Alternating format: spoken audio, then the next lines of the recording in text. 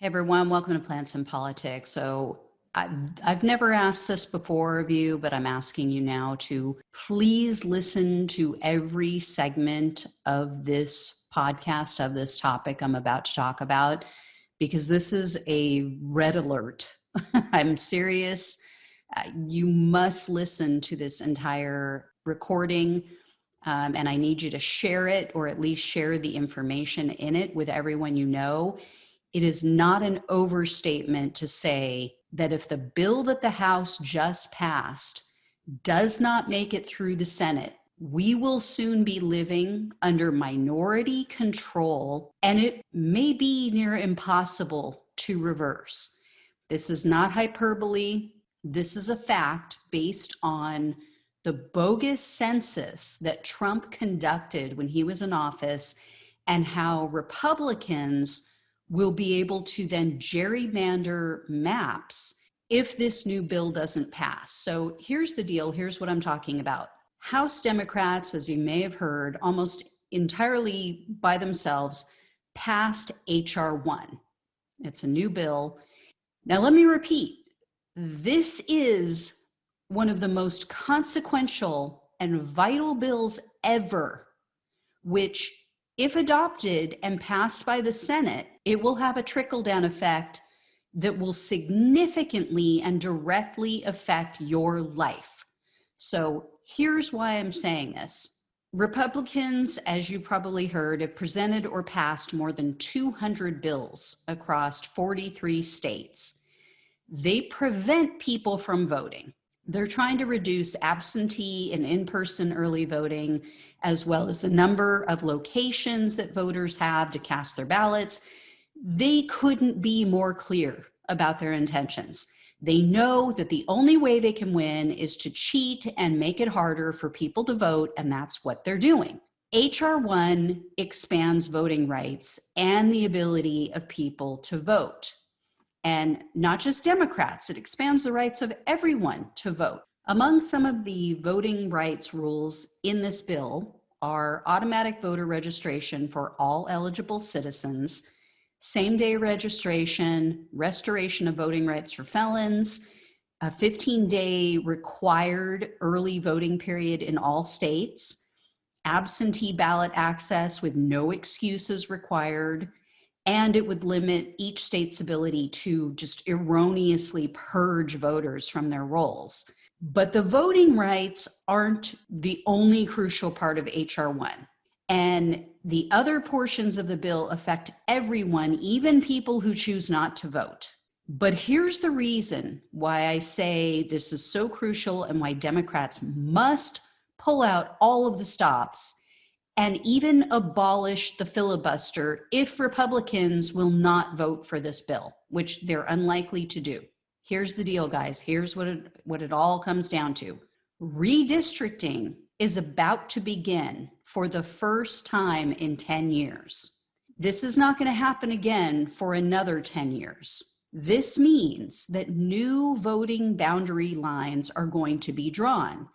And some new districts are even going to be created for the first time. Now, these new lines and districts are going to be drafted based on a census that was rigged by Donald Trump. As you likely know, Democrats hold a very small majority in the House right now. And when this BS census data is released, Democrats are expected to get drowned out and slaughtered by the increase in new Republican seats. And here's why. According to Ryan Grimm at The Intercept, 9 states are going to lose congressional districts. So they include California, Illinois, Michigan, Minnesota, New York, Ohio, Pennsylvania, Rhode Island, and West Virginia. All of those states are losing a district. Majority of them, you look at the list, majority, Biden won, Democrats won.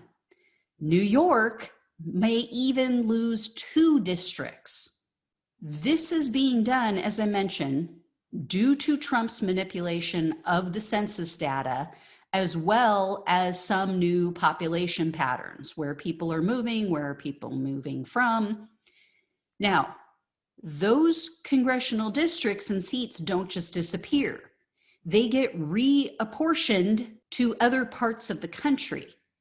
The problem is that the majority of these seats, these districts, are moving to Republican-led states. So 3 are going to Texas, 2 are going to Florida, and 1 each will go to the following states: Arizona, Colorado, Montana, North Carolina, and Oregon. So the vast majority are going to states controlled by Republicans. Now, here's the scary part, as if all of that isn't bad enough. Republicans would only need to gerrymander 1 seat out of every 2 states that they control to take back control of the House, to wipe out the Democrats' majority. As Ryan Grimm wrote, quote, "If Republicans take the House in 2022, Biden's legislative agenda is done. That likely means a stalled economy and more dysfunction in Washington, which then puts Republicans in a strong position to take the White House in 2024, at which point Democrats could be relegated to near permanent minority status despite a national numerical advantage." So what does this have to do with H.R. 1?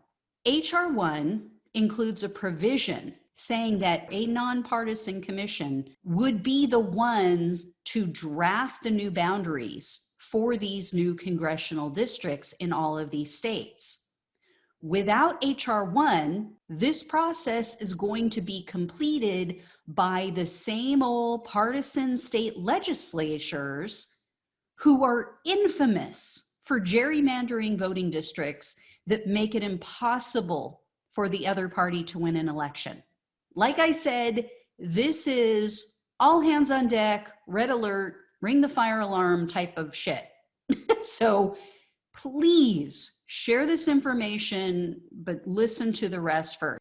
In addition to this monumentally important aspect of H.R. 1, one of the things I love most about this bill is something that honestly every American, regardless of political party, should want.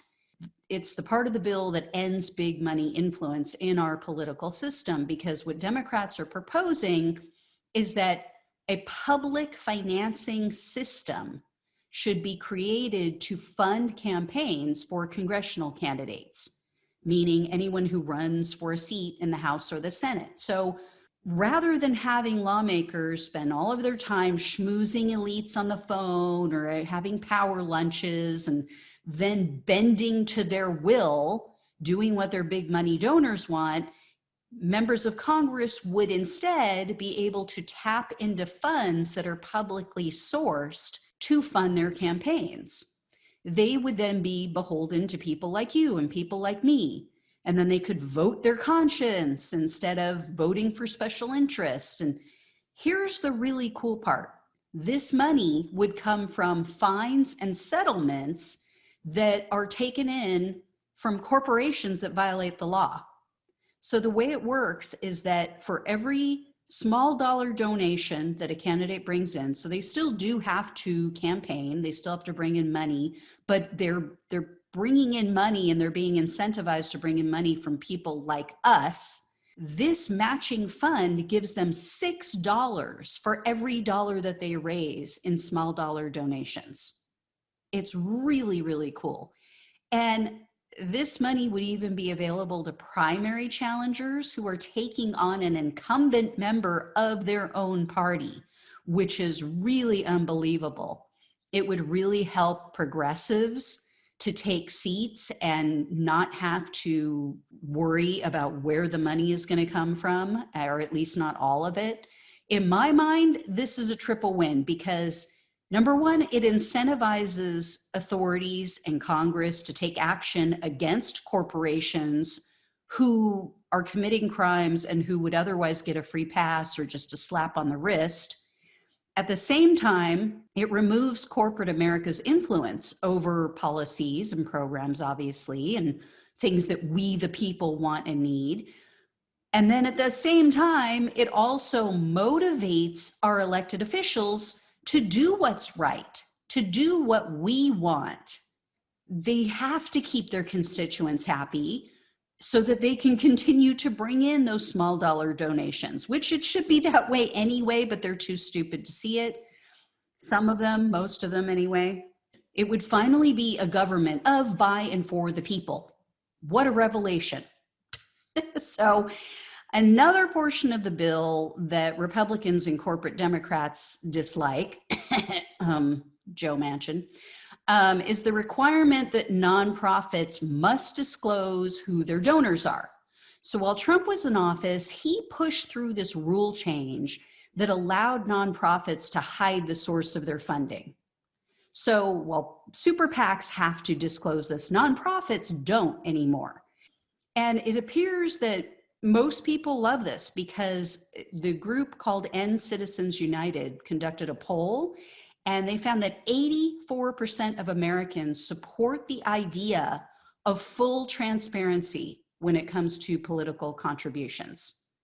So, and keep in mind, I'm not talking about small tax-exempt groups that do good in the world, like food pantries or homeless shelters and animal rescues. I'm referring to the large organizations with a specific agenda that runs at odds with what's best for average Americans or the working class. I'm talking about like the US Chamber of Commerce or the NRA. And it's not just the uber wealthy corporate elites that we need to worry about, because foreign nationals also donate through these nonprofit groups. It allows them to manipulate and bribe our elected officials, and then they're voting on things that help their country or their financial interest rather than voting obviously based on what's good for us. That's one reason, which I know liberals are upset about, but that's one reason why progressives don't like Neera Tanden. Her organization was one of those that funneled foreign cash into the hands of politicians, which affected their votes and their policy beliefs. So HR 1 would strictly prohibit the flow of foreign money into these nonprofit groups, and it would require the name, the date, and the amount donated by anyone who gifts more than $10,000 within each reporting period. So that's another benefit. Also under HR 1, large inaugural donations, like the ones that Biden and Trump received recently, those would be banned.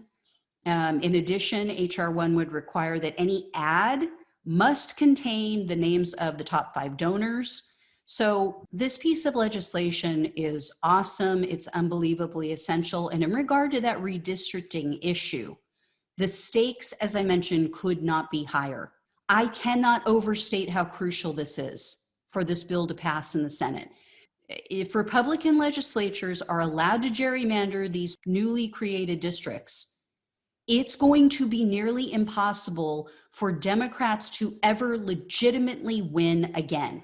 So you would think this would be a no-brainer for Democrats in the Senate, but there's people like Kyrsten Sinema and Joe Manchin and these other corporate-owned Democrats and Republicans who are not excited about this bill. So here's the other major issue and why I need for you to share this with everyone. This bill requires 60 votes to pass. That means that it's going to take every single Democrat plus 10 Republicans, which is not going to happen. That's why we must end the filibuster. If the filibuster is allowed to stand, nearly every positive and progressive piece of legislation will pass in the House and then die in the Senate, including HR 1 or SRS 1, which is what it's now being called in the Senate. Or, I mean, it's not even going to pass in the House because, as I explained, Republicans are going to take over the House shortly. So what's the use? What's the purpose in handing Democrats power if they're not going to use it to help Americans?